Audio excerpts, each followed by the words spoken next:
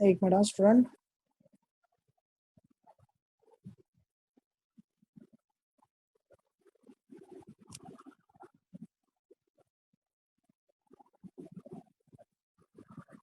तो ये सिर्फ हमें सर्किट इतना दिया है, ये क्वेश्चन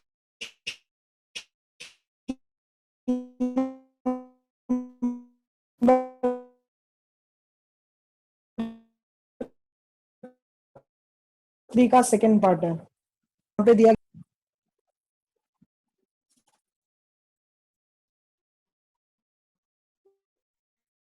सॉरी S3 कॉम्प्लीमेंट है, S2 है, S1 है।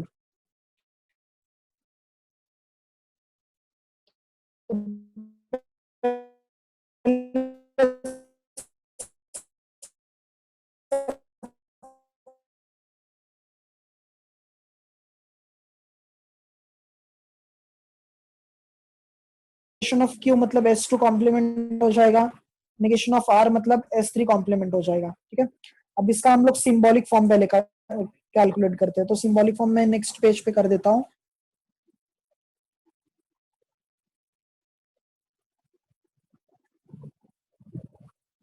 यहाँ पे सिंबॉलिक फॉर्म। तो अब ये जो अरेंजमेंट है, आप देखोगे ध्यान से, ये जो पार्ट है इसको पूरा एक साथ में कनेक्ट किया है, फिर ये जो नेक्स्ट 3 स्विच है उनको एक साथ में कनेक्ट किया है, तो 2 पार्ट में कन्वर्ट करना है।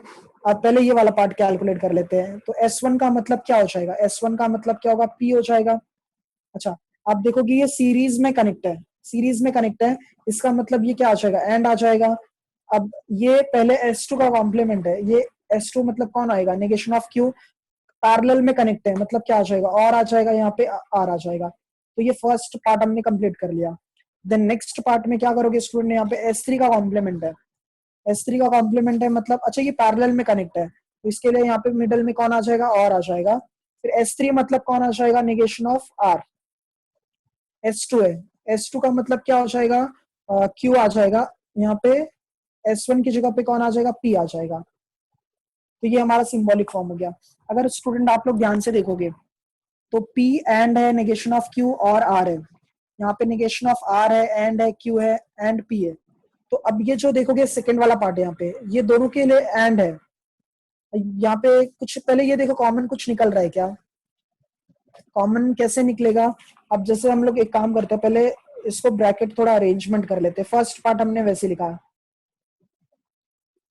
फर्स्ट जो हमारा पार्ट है उसको हमने वैसे लिखा और वैसे लिखा। अच्छा ये ध्यान से देखोगे तो इसमें P एंड आ रहा है, तो यहाँ पे भी P एंड है, बट वो रिवर्स ऑर्डर में आ रहा है। तो क्या करते हैं ना, इनका एक ग्रुप बना लेते हैं, मतलब negation of R and Q का ग्रुप बना लेते हैं, क्योंकि दोनों का साइन क्या है, सेम है। यहाँ पे डिफरेंट साइन होगा तो ग्रुप नहीं बना सकते हो, अगर सेम साइन है तभी बना सकते हैं हम लोग। तो अब हम लोग क्या कर दिए ना, इनका एक ग्रुप बना दिए। अब इसको हम लोग कम्यूटेटिव लॉ से इसको पहले लिख देते हैं, इसको बाद में लिख देते हैं। तो P and negation of R and क्या लिखोगे, Q। यहाँ पे हमने क्या यूज किया, कम्यूटेटिव लॉ। ठीक है, इसके बाद में स्टूडेंट यहाँ पे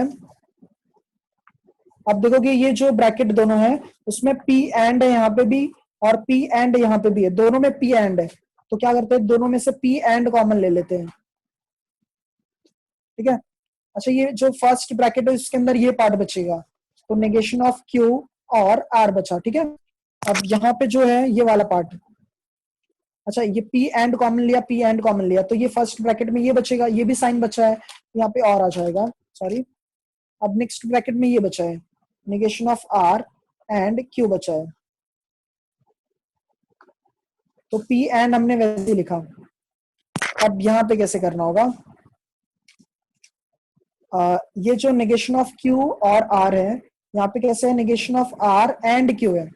तो आप लोग क्या कर सकते हो ना, इसको हम लोग ब्रैकेट ओपन भी कर सकते हैं। तो ब्रैकेट ओपन कैसे करोगे, पहले नेगेशन Q को हम लोग इसके साथ में मल्टीप्लाई करेंगे, फिर R को पूरे ये ब्रैकेट के साथ वापस मल्टीप्लाई करोगे। तो हम लोग क्या करते हैं, नेगेशन Q को हमने मल्टीप्लाई कर दिया इसके साथ, negation of R and Q के साथ। ठीक है, नेगेशन Q और को हमने पहले ये इसके साथ मल्टीप्लाई कर दिया, इसके बाद में ये जो यहाँ पे है टर्म वो मिडल में आ जाएगा। तो यहाँ पे लिखा आर का जो मल्टीप्लीकेशन है फिर वो वापस सेकंड ब्रैकेट में आर और negation of R and Q हो जाएगा।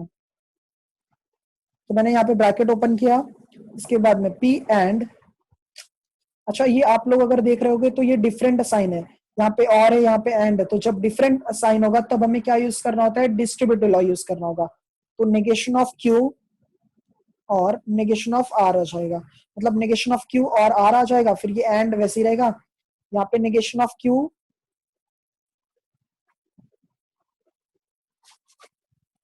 और क्यू हो जाएगा। ये मैंने एक कंप्लीट ब्रैकेट में लिखा। अगर ये स्टूडेंट थोड़ा सा लेंदी होगा तो या तो फिर मैं आप लोगों को ये ऑफलाइन जब सिखाऊंगा तब सीख लेना आप लोग, ये ना तो कैसे ये थोड़ा सा कॉम्प्लिकेटेड होगा तो आप लोगों को समझ में नहीं आएगा। तो एक काम करता हूँ, पहले ये हमने सिंबॉलिक फॉर्म लिखा, इसके बाद में यहाँ पे पहले ये दोनों का ग्रुप बनाया, इसके बाद में पहले इसको लिखा हमने कम्यूटेटिव लॉ से, इसके बाद में दोनों में पी एंड कॉमन है तो पी एंड कॉमन लिखा हमने, फिर इसके बाद में नेगेशन ऑफ क्यू और को हमने पहले इनके साथ में मल्टीप्लाई कर दिया, नेगेशन ऑफ क्यू को पहले इसके साथ मल्टीप्लाई किया, फिर आर को हमने फिर वापस इसके साथ मल्टीप्लाई किया, ब्रैकेट ओपन कर दिया, फिर वापस डिस्ट्रीब्यूटिव लॉ हम लोग यूज कर रहे हैं। तो ये फर्स्ट ब्रैकेट में डिस्ट्रीब्यूटिव लॉ यूज कर लिया। अब यहाँ पे साइन क्या है, और है, तो और आ जाएगा। फिर नेक्स्ट में आर और का मल्टीप्लीकेशन एंड आर और का मल्टीप्लीकेशन किसके साथ होगा, क्यू के साथ। यहाँ पे क्या यूज कर रहे हो, डिस्ट्रीब्यूटिव लॉ।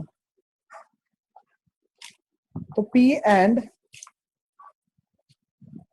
फर्स्ट यहाँ पे जो ब्रैकेट है स्टूडेंट, ये देखोगे तो इसमें कुछ भी मतलब दोनों के दोनों अपोजिट है, तो यहाँ पे नेगेशन ऑफ Q और नेगेशन ऑफ R आ जाएगा। तो ये कौन आ जाएगा, कॉम्प्लीमेंट लॉ। कॉम्प्लीमेंट लॉ से ये क्या हो जाएगा, ट्रू हो जाएगा। और ये भी देखो कुछ कॉम्प्लीमेंट लॉ है, तो कॉम्प्लीमेंट लॉ से ये क्या हो जाएगा, ट्रू हो जाएगा। तो ये ट्रू एंड R और Q हो जाएगा। यहाँ पे कौन सा लॉ यूज किया, कॉम्प्लीमेंट लॉ। इसके बाद में स्टूडेंट यहाँ पे P एंड लिखा, अच्छा ये टी है और यहाँ पे एंड दिया है, एंड का मतलब क्या, दोनों स्टेटमेंट ट्रू होना चाहिए। तो इसमें से एक ट्रू है, बट अगर ये ट्रू होगा तभी ट्रू आएगा, अदरवाइज ये क्या हो जाएगा, फॉल्स। तो आइडेंटिटी लॉ यूज कर लो, स्टेटमेंट इस पे डिपेंड है। तो नेगेशन ऑफ क्यू और नेगेशन ऑफ आर आ जाएगा। अच्छा इसके बाद में यहाँ पे और है, तो और वैसे ही लिखो, ये क्या हो जाएगा, यहाँ पे सेकंड पार्ट जो है इसमें भी टी है एंड ये है, तो इसमें आर और क्यू आ जाएगा। ठीक है। अच्छा